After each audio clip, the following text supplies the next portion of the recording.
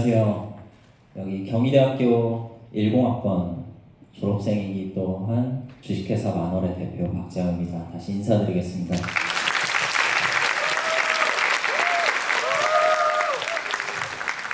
감사합니다. 여기서 제가 이렇게 강연을 한다는 게 너무나 가문의 영광입니다. 여러분들 하루에 지하철이나 버스 환승을 몇 번이나 하세요? 오늘 저는 조금 다른 질문을 드리고 싶습니다. 여러분이 인생에서 지금까지 몇 번이나 환승을 해보셨나요? 혹시 똑같은 직장, 똑같은 전공을 계속 살아가고 있지는 않으신가요? 어떤 전공을 바꾸고 직장을 옮기고 하던 일의 방향을 완전히 틀어버리는 순간에 그때마다 마음 한구석에서는 굉장히 불안감과 이런 목소리가 들리실 거예요. 지금까지 쌓아온 게 혹시 다 쓸모 없어지면 어쩌지? 라는 생각이 드실 겁니다.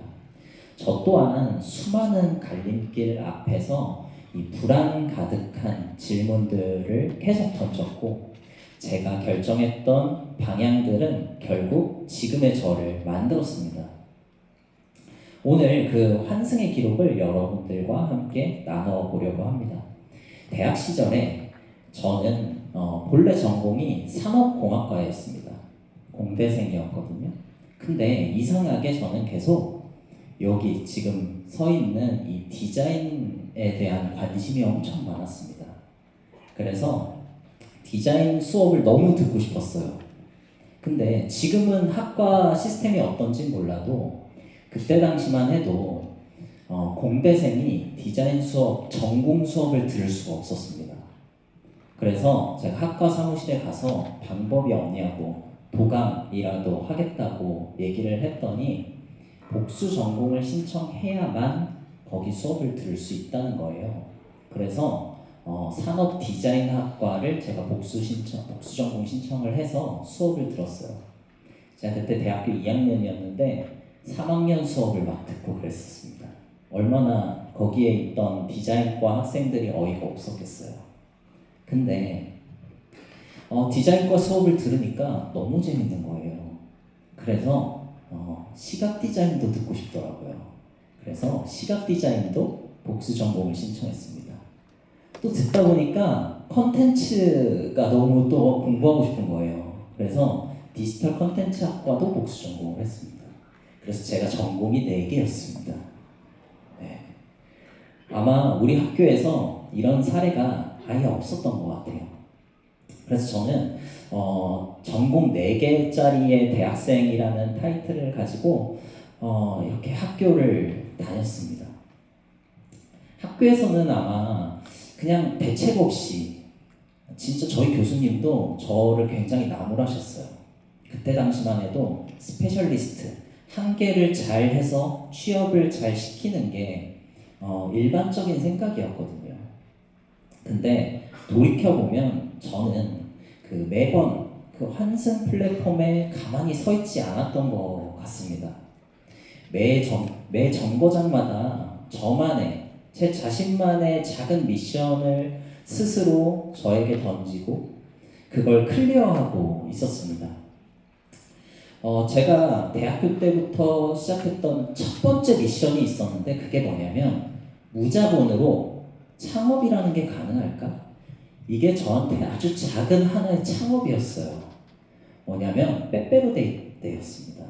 그때 빼빼로를 팔기에는 너무 식상한 거예요. 롯데인가요? 오리온한테 제가 이길 수 없을 것 같은 거죠. 그래서 추러스를 팔기로 했습니다. 되게 비슷하게 생겼잖아요. 학교에서 추러스를 팔아야겠다라는 생각을 가지고 있었는데 제가 돈이 없었습니다. 그래서 어떻게 했냐면 학교 동아리 그리고 학과 선배들을 이렇게 모아놓고 한 20-30명을 이렇게 모아놓고 선배님들 저 추러스를 학교에서 팔 건데요. 이거 돈 될 것 같습니다. 근데 제가 돈이 없어요. 한 10만 원, 20만 원씩 저한테 투자 좀 해주세요. 라고 했습니다. 근데 그냥 투자 달라고 한 건 아니었어요. 수익 분석을 정말 탄탄하게 해서 제가 PT 발표를 했습니다. 원가 이 정도 될 거고요. 기계를 이거를 빌려서 원재료를 사가지고 팔면은 마진이 이만큼 남을 거고요. 제가 일주일 후면은 우리 선배님들한테 투자해준 거보다 1.5배씩 다시 드릴게요. 그러면은 우리 맛있는 술 먹으러 갑시다. 자, 이렇게 PT 발표를 했고 돈이 모였고 그걸로 추러스를 팔았습니다.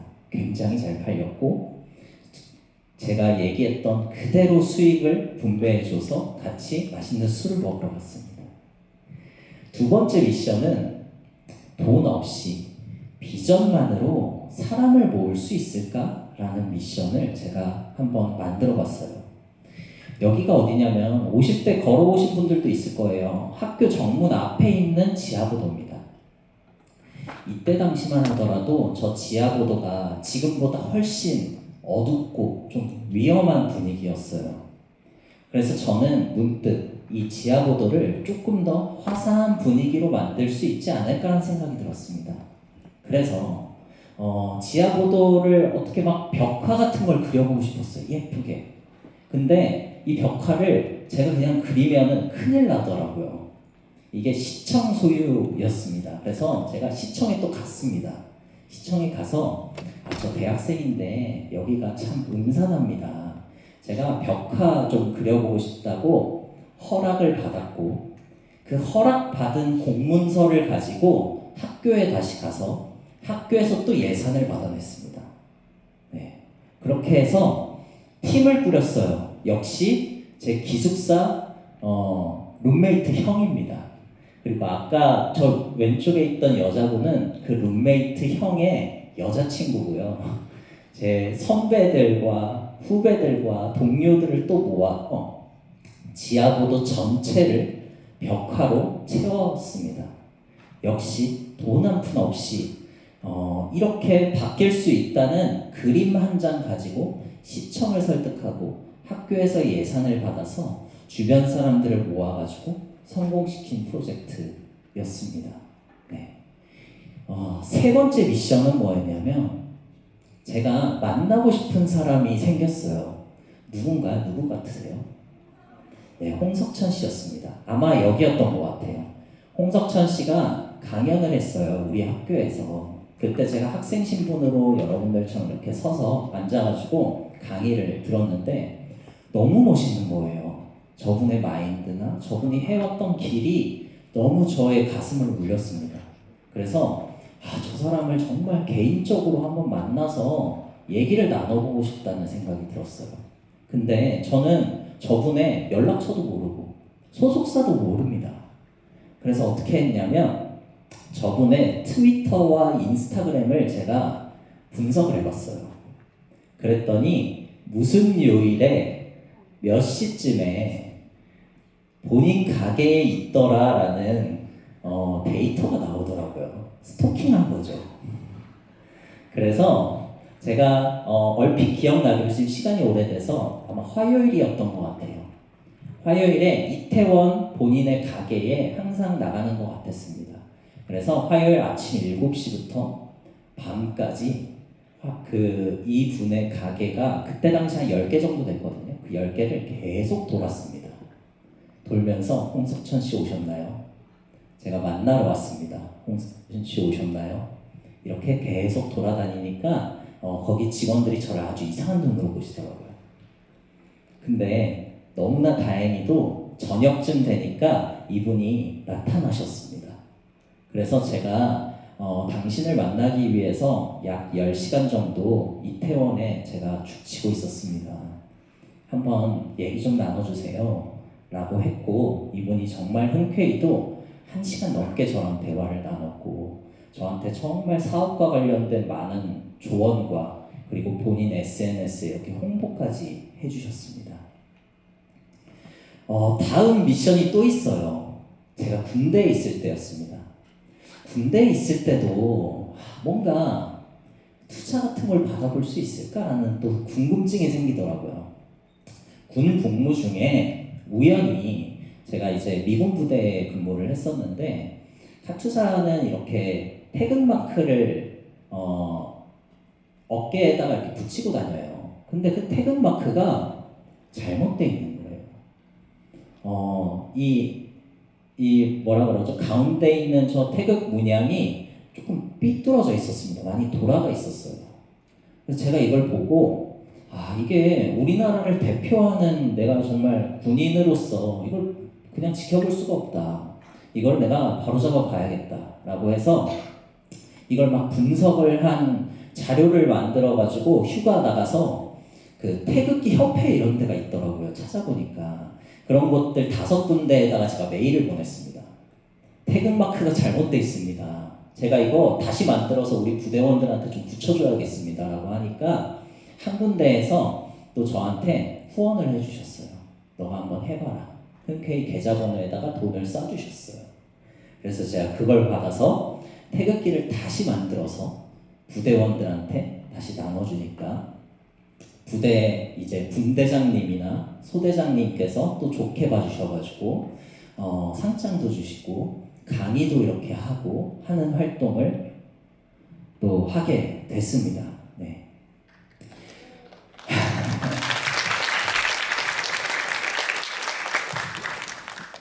추러스 장사, 벽화, 홍석천 씨, 태극기 하나같이 전공과는 전혀 상관없어 보이는 아주 이상한 활동들이었습니다.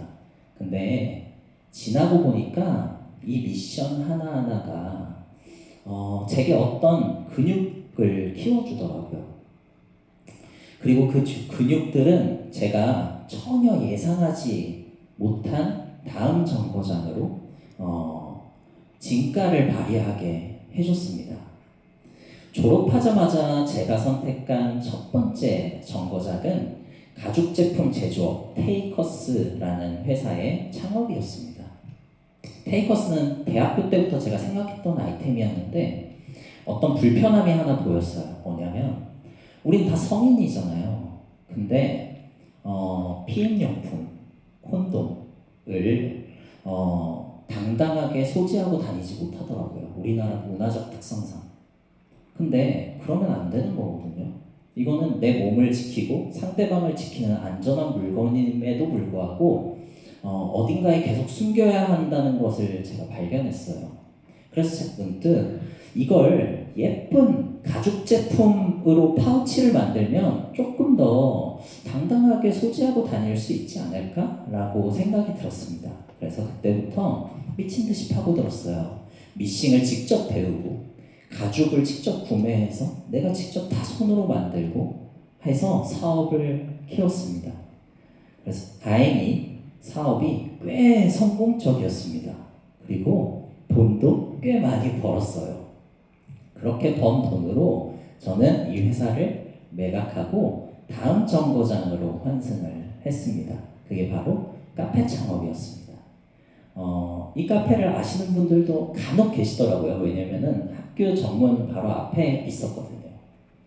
그래서 카페를 운영하다 보니까 가죽을 만들 때와는 전혀 다른 훨씬 더 거대한 문제가 오히려 눈에 들어왔습니다. 그게 뭐였냐면 대한민국의 카페가 정말 많다는 거였습니다. 근데 프랜차이즈 카페가 아니라 개인 카페 있잖아요. 비프랜차이즈 카페 사장님들을 이렇게 지켜보니까 너무나 외롭고 고독한 싸움을 하고 있다는 걸 제가 발견했습니다. 이분들은 정보도 부족하고 커피 원두를 어디서 구매해야 될지도 잘 모르시고요. 누구한테 뭔가를 물어볼 만한, 의지할 만한 곳이 없었습니다. 그래서 제 안에 다시 또 다음 정거장에 대한 새로운 동력이 막 피어나기 시작했습니다. 개인 카페 사장님들을 위한 프랜차이즈 본사 같은 역할을 내가 해야겠다라는 생각이 든 거예요. 그래서 저는 다시 한번 또 환승을 했습니다.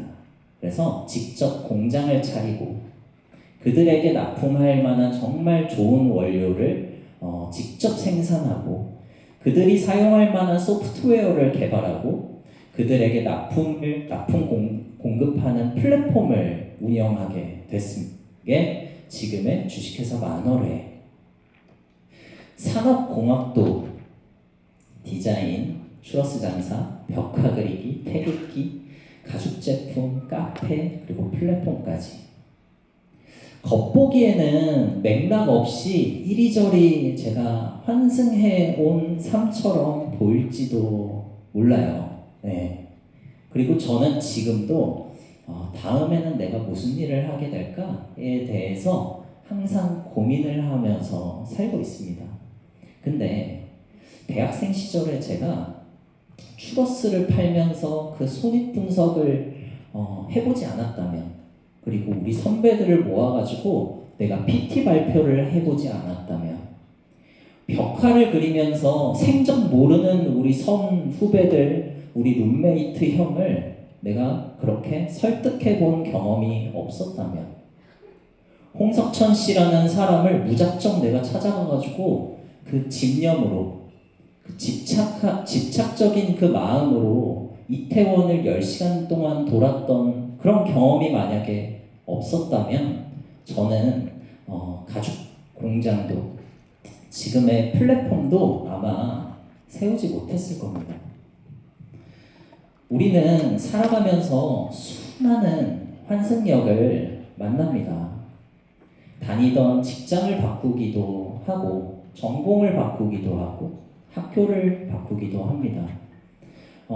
일의 방향이 틀어질 때 우리는 항상 불안해하는 마음이 들 수밖에 없습니다. 저도 그랬어요. 근데 내가 지금까지 쌓아온 게 다 쓸모 없어지면 어쩌지?